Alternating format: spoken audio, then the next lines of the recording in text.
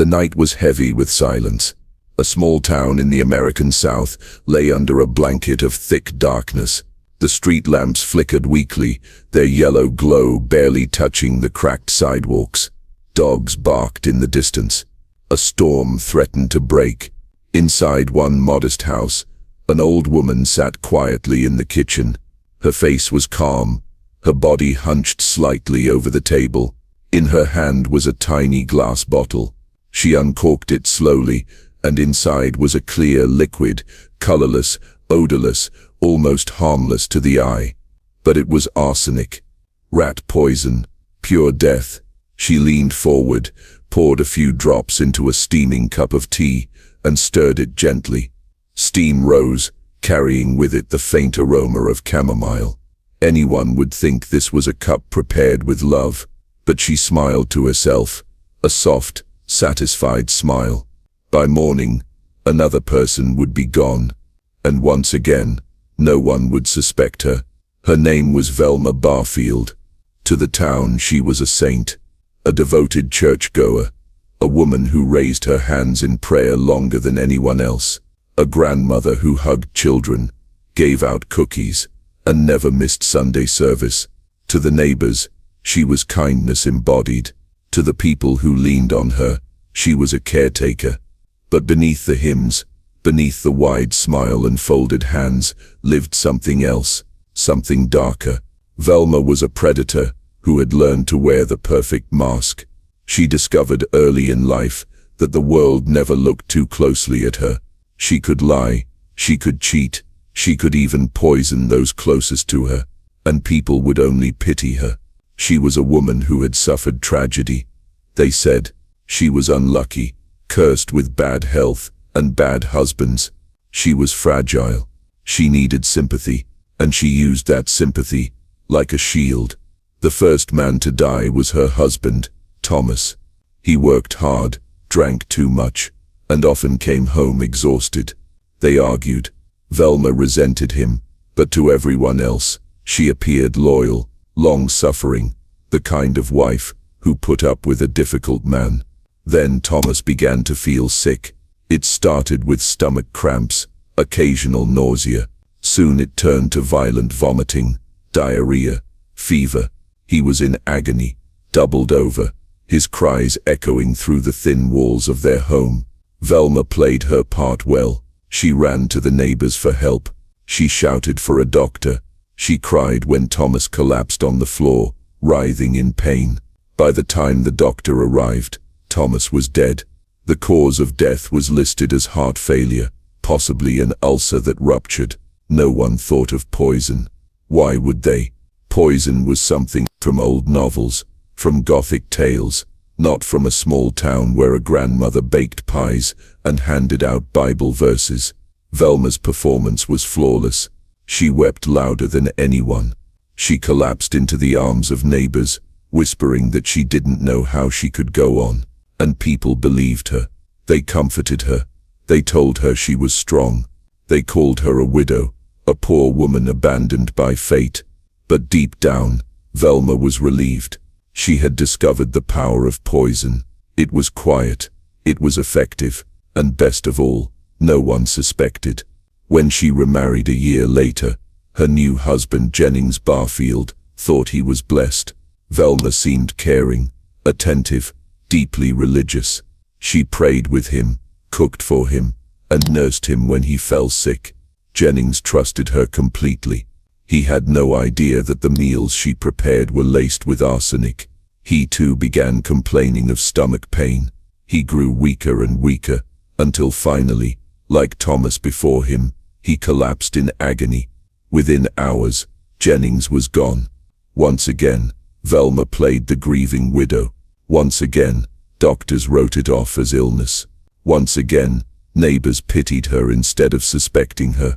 2 husbands, both dead, and Velma stood in black dresses, clutching tissues, whispering prayers, praised for her strength. It should have been obvious. But people only saw what they wanted to see, and Velma knew how to show them exactly that. But her hunger didn't end with her husbands. Her appetite for control, Her obsession with deciding who lived and who died only grew. Velma's next victims weren't strangers. They were her own flesh and blood. Her mother, a frail woman who trusted her daughter with her care, began to feel ill after meals. The same symptoms, the same pain, vomiting, diarrhea, fever, sudden collapse. And once again, Velma played the part of the dutiful daughter, crying at her mother's bedside, calling relatives to pray. When her mother died, Velma wailed so convincingly that her neighbors almost believed she might die of grief herself. But grief was the last thing she felt. She was calm, collected, almost satisfied, because no one suspected her, not even when her sister died, not even when her lovers grew sick and wasted away, not even when friends who shared her tea began to suffer sudden agonizing deaths. The town believed something else must be happening. A virus, perhaps, bad luck, cursed fortune, and Velma always encouraged this belief. She whispered to others, maybe it's the water, maybe it's food poisoning. The Lord is testing us. She was cunning. She never drew suspicion to herself. Instead, she pointed it away towards random chance, towards God, towards anything but her own hand. But poison leaves traces, and sooner or later, Velma's mask would crack. It happened with Rufus. Rufus was Velma's boyfriend. He trusted her. He ate her food, drank her tea, and like the others, he suddenly fell sick, his body twisted in pain, his face pale, his lips cracked from vomiting. But Rufus was different. Rufus suspected. Before his death, he wrote a letter to his family. In shaky handwriting, he left behind a chilling message. If anything happens to me, Velma is responsible. When Rufus died, his family took that letter straight to the police. For the first time, Velma could not hide behind her tears. The police exhumed Rufus's body. They ran tests. What they found confirmed every suspicion. Arsenic, poison, traces throughout his system. The police began to investigate Velma's past. They looked at her husbands, her mother, her sister, and a horrifying pattern emerged. Everywhere Velma went, people died. Always the same symptoms, always sudden agonizing illness. And Velma was always there, crying the loudest, praying the hardest. Neighbors were stunned. Some refused to believe it. Velma, impossible. She's a saint. Others began whispering about the strange coincidences, the strange deaths that had followed her for years. The police searched her home. In her kitchen, hidden behind boxes, they found rat poison. In her cupboards, they found medicine bottles with residue. In her diary, they found scribbled notes about her burdens and relief. Velma denied it at first. She claimed the rat poison was for pests. She claimed she had no idea what the police were talking about. But when pressed in interrogation, the cracks finally showed. She whispered, almost calmly, "Yes, I gave them the poison." When asked why, her answers were chilling. She said she was tired of them. She said she wanted them gone. She said she needed money, or she was angry, or she simply didn't want to deal with them anymore. No rage, no remorse, just cold words. The trial of Velma Barfield began in 1984. It became national news. The sweet grandmother, the churchwoman, now revealed as a serial poisoner. The prosecution laid out the evidence. Arsenic in the bodies, poison in her home. The confession. Velma sat in silence, head bowed, clutching a Bible. Her lawyer argued that she was mentally ill, that years of abuse and addiction had twisted her, but the jury was unmoved. Too many dead, too many coincidences. After only a few hours, the verdict came back guilty of first-degree murder. The judge pronounced the sentence, "Velma Barfield, for your crimes, this court sentences you to death." She was shocked. For years she had fooled everyone. Now her life would end.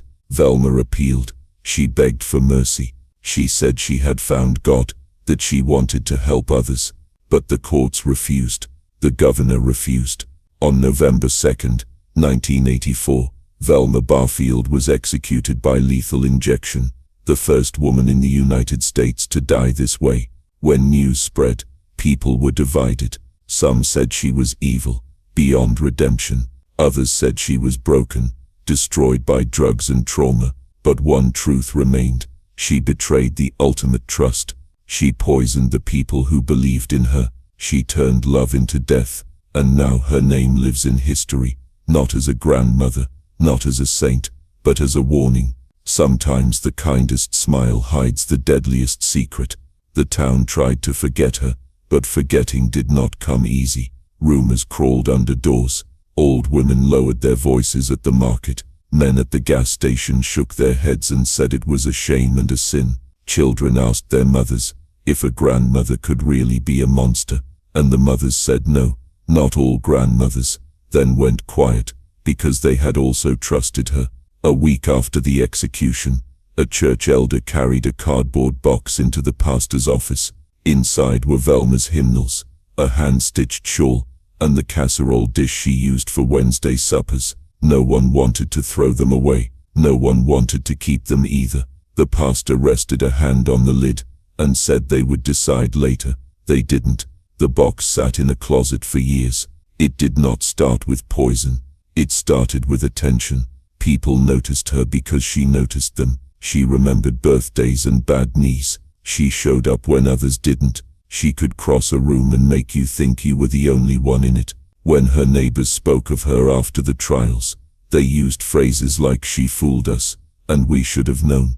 But in those early years there was no reason to suspect a thing. Velma kept a clean house. She made lists. She kept receipts clipped with neat handwriting across the top. She maintained a prayer journal filled with names and dates and verses. She looked like someone who dealt with life by organizing it, by labeling its drawers and closing them one by one. The first drawer was money.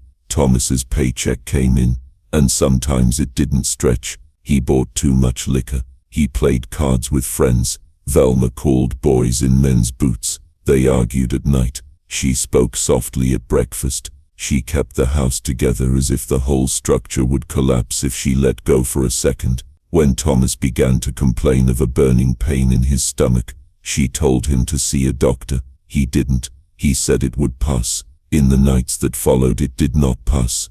He curled up on their thin mattress, groaned, and spat into a bucket. Velma moistened a cloth and laid it on his head.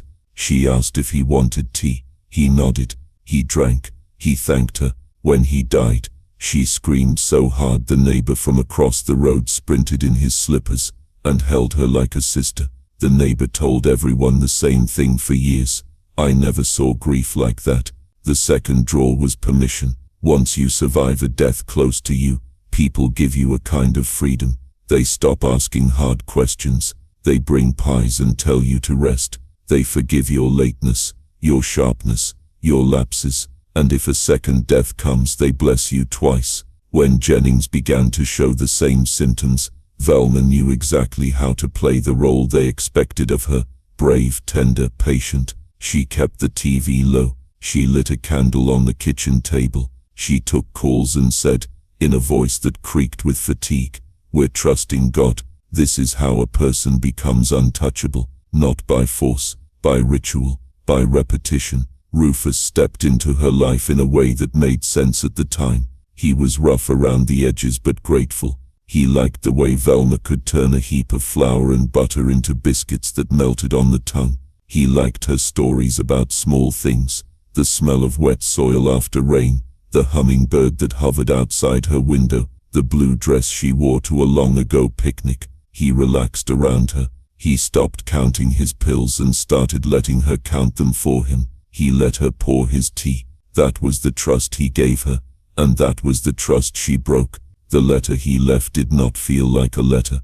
It was a plea. He wrote it on lined paper torn from a notebook. He wrote it in fits, in between cramps. "If anything happens to me," he wrote, "tell them to look at Velma." His hand shook. His lines slanted downhill. He folded the paper once, then again, then slid it into his wallet, as if he could tuck his suspicion into a pocket and keep it safe there. After the funeral, his sister reached for his wallet to return it to his dresser and found the paper. She read it standing in the hallway with her back pressed to the wall. She did not cry. She put the paper in an envelope and drove to the police. Detective Aaron Crowley was a practical man. He kept his badge in his shirt pocket, and his wedding ring on a chain around his neck, because it got in the way when he boxed at the gym. He did not like the word evil. He preferred motives he could write on a whiteboard: money, revenge, fear. When they gave him the letter and the case file, he read quietly for a long time. Then he asked a young officer to pull death certificates for every relative and partner Velma had lost in the last 10 years. The officer returned with a stack. Aaron stood at a window overlooking the courthouse square and flipped through them like a deck of cards. Stomach distress, gastrointestinal failure, cardiac arrest following severe vomiting. It was like a melody repeating through different instruments. He did not tell the town what he was thinking. He did what investigators do. He stepped through the small tasks that build a case. He ordered the exhumation of Rufus's body. He sat with a lab tech while samples were prepared. He called a toxicologist and asked for a plain language explanation of arsenic. The toxicologist said, "It hits the gut and the heart. It wrecks the lining of the stomach. It dehydrates. It pushes the body to fight a battle it cannot win." Aaron asked if a layperson could get it. The toxicologist said yes. Rat poison was one route. Pesticides were another. The tech wore gloves and did not look up from the samples. Aaron told himself to slow down, to let the lab speak first, to avoid turning suspicion into certainty before facts could carry the weight. The lab spoke. The figures came in black print on white paper, with a single word in bold: present. From there the past opened itself like a set of nested boxes. Autopsies were ordered. Bodies were tested. The story repeated. Arsenic here, arsenic there. The same notes, the same symptoms, the same woman in the same rooms arranging the flowers and setting the tea, and whispering prayers while paramedics tramped down her hallway with a stretcher. The search warrant for Velma's house unfolded on a bright afternoon. An officer read it aloud. Velma sat in a chair with a cardigan pulled around her shoulders. The living room smelled like lemon polish.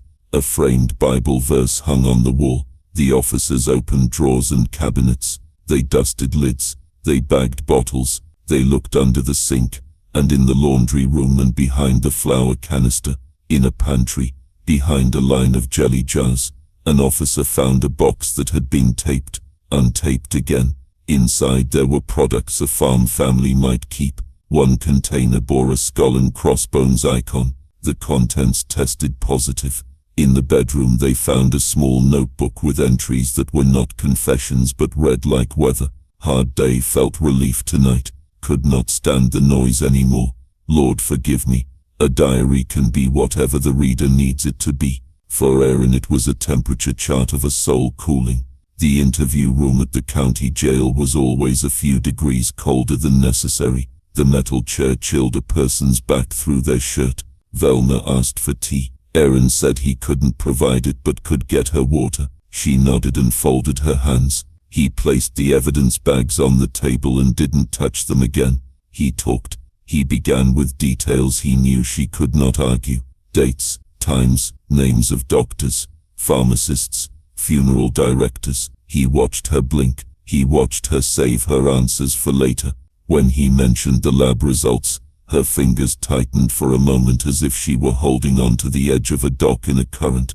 He asked why arsenic would be in people who never worked with chemicals. She said she didn't know. He asked why her companions always fell sick after meals she prepared. She said coincidence. He asked if she believed in coincidence. She said God had a plan. He said plans did not explain poison. When she spoke the sentence, she did it as though she wanted to get through it before she changed her mind. I put something in the tea, she said. The recorder word. Aaron didn't look at it. He kept his eyes on her. Why? He asked. She took a breath and shook her head. It was the only way, she said. She did not say only way to what. She did not use words like hate. She did not say she wanted them gone. She left the sentence hanging so that anyone listening could finish it with whatever they feared most. The prosecutor knew that juries liked patterns they could see, and stories they could follow. He built both.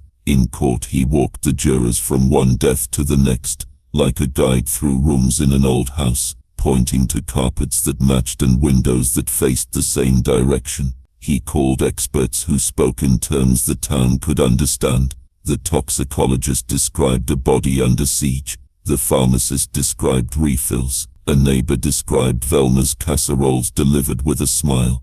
Every piece placed another small weight on the scale. Velma's attorney tried to lift the weights with context. He spoke of hardship. He spoke of a pill habit that tangled her mind. He said the world had not been kind to his client, that she had drowned and thrashed and grabbed for anyone nearby. He asked for mercy. Mercy is a beautiful word in church. In a courtroom it meets a different wind. The jurors returned their verdict quickly. The judge spoke in a voice that did not waver. Sentence pronounced. Appeals filed. Headlines printed. The town inhaled and held its breath for months, then years, waiting to see if any higher door would open to her. None did. In prison, routines replaced the improvisation of her life outside. She woke when told. She ate what was served. She folded uniforms. She received letters. Some asked her to repent. Some begged her to explain. Some praised her conversion tales. She wrote back in careful loops. Her son visited. In the visiting room, metal chairs scraped. The son asked questions that had no safe answers. Did you do it? She looked down at her hands. I made mistakes, she said. Mistakes don't bury this many people, he said. She reached across the table and stopped halfway as if she had touched a pane of glass. I am sorry, she said. He did not say he forgave her. Forgiveness is not a reflex. It is a work that takes years, and sometimes you do not finish it. On the day marked on the calendar that only a few people saw, a chaplain walked with her. The hallway was the same as every other hallway until it wasn't. The room was clean. Clean rooms have their own cruelty. She lay on a bed and watched hands do their work. A witness later said there was nothing dramatic, nothing cinematic. A nurse spoke her name. A voice asked if she wished to say anything. She said a few words that were neither confession nor denial. She named God and asked for mercy. The drug entered her body. Her chest rose and fell. Then it did not. Weapons differ across centuries, but the quiet before and after does not. When a person like Velma leaves the world wants to put her away in a box labeled monster and return to dinner. But the drawers remain open. The questions are not all about her. They are about us. How did we miss it? Why do we excuse what we want to excuse? What do we worship when we call someone a saint? Because they bring a casserole and a verse. The church lowered its head.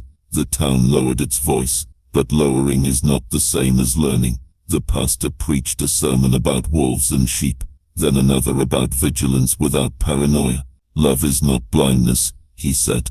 It is seeing a person fully and choosing the good anyway. Some nodded. Some stared at the hymn books and thought of the box in the closet. Detective Haroon went back to other cases. There is always another. Yet he kept a folder on his desk with copies of lab sheets and notes from interviews. He would open it now and then, not to relive a grim victory, but to calibrate his mind. Evil, he thought, is not a mask we can spot at a glance. It is an arrangement of habits. It is the use of tenderness as camouflage. He watched in later years how towns rallied around people who smiled just right, how juries wanted to forgive those who bowed their heads. He told his new detectives to look past the performance. Pain can be rehearsed, he said. Tears can be coached. Follow the pattern. Rufus's sister kept the letter he wrote in a drawer with her birth certificate and her husband's army papers. Sometimes she took it out and wanted to burn it. Sometimes she wanted to frame it. She did neither. She refolded it along the same lines, a ritual of containment. She did not attend the execution. She did not speak to reporters. She planted tomatoes in spring and white chrysanthemums in fall. When a neighbor asked how she felt, she said she felt hungry and tired and in need of coffee. Because grief is not a grand speech. It is errands. It is making supper without the person who liked the crusts cut off. It is going to sleep and waking up and not liking either. There are people who believe that certain kinds of killers are born with a mark, that if you look closely at their childhood photographs you can tell. Velma's photographs did not announce anything. A teenager in a homemade dress, a young mother with a child on her hip, a choir member with a small cross on a chain. If there was a mark, it was a subtle one, the ability to read what others needed to see, and to arrange herself accordingly. In grocery aisles, in pews, in waiting rooms, she could look like comfort. She could look like duty. She could look like a solution. The solution, of course, was an exit, a space, a break in the noise that she engineered the most terrible way a person can. In the years after the state passed a directive that made it easier to order autopsies in clusters of suspicious deaths, the county hospital ran a training for nurses about red flags, sudden gastrointestinal distress, unexplained collapses, a caregiver who insists on controlling food and medicine, pharmacists tightened record keeping, coroners built checklists. Such steps do not make the past better, they only make future luck less necessary. A paramedic who attended one of those trainings later said the slide deck was dry, but when he walked into a home where a woman kept insisting she knew what was best for her sick partner, and wouldn't let anyone else in the kitchen, he felt a tug in his memory. He asked for samples. He called in a supervisor. The partner lived. A reporter wrote a book. He drove the back roads Velma drove. He visited the church and the courthouse and the quiet neighborhoods where porches faced porches. He interviewed anyone who would speak. He kept his voice steady. He refused to call her a monster because he believed the word let her off the hook. Monsters are something else, not us. He wrote about the carefulness of her hands when she arranged napkins for church suppers, about the way she remembered birthdays and aches. He wrote about the turn. He wrote about the trial. At the end of the book he asked readers to review the people they trust, and to ask themselves if trust had become laziness. The book sold modestly. It made a few people reconsider pity as a policy. In a small apartment on the edge of town, a woman named Edna, who had sat next to Velma in choir for years, kept a photograph of a Sunday picnic. When she looked at it she saw a woman she had loved, a friend who had laughed at the right times and sighed at the right times, and helped fold tables after the event. She also saw someone who stood a fraction away from others, as if already leaving the scene. Edna did not understand the why. She did not think understanding would change anything. She continued to bring pies to funerals. She watched the faces of grieving people and asked, silently, whether the tears were too tidy. Then she scolded herself for thinking that way. Don't become stern, she told her reflection while brushing her hair. Don't let one story freeze you. Years later, a new family moved into Velma's old house. They knocked down a wall to let in more light. They painted the kitchen yellow. They planted herbs in a window box. The pantry where a taped box had once sat became a place for spices, rosemary, thyme, a jar of cinnamon sticks the children liked to sniff. On winter nights the house warmed with soup and laughter. The town drove past and said it was good to see a house redeemed. A house is only a house, but the people inside it can make a different melody. They can stand at the stove and pour tea and sit at the table and tell the truth.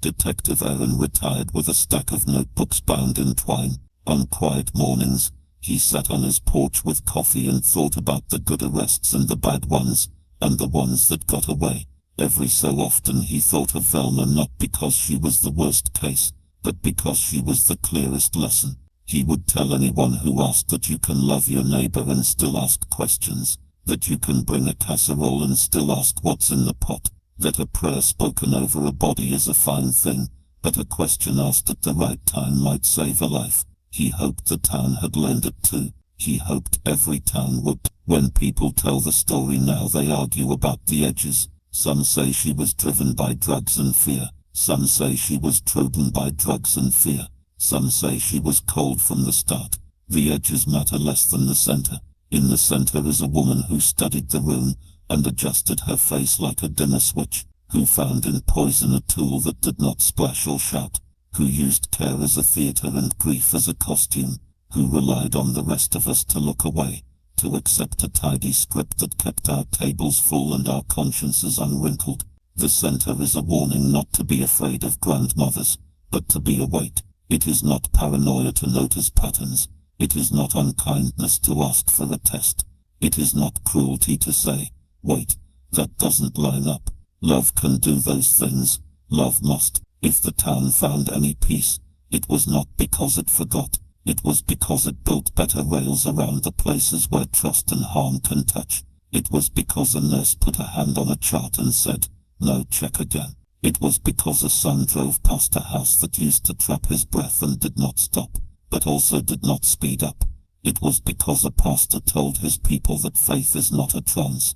It was because someday somewhere, a cup of tea was set down on a table, and someone looked at it and decided to pour it out and make a fresh one, while they asked a few simple questions that changed everything.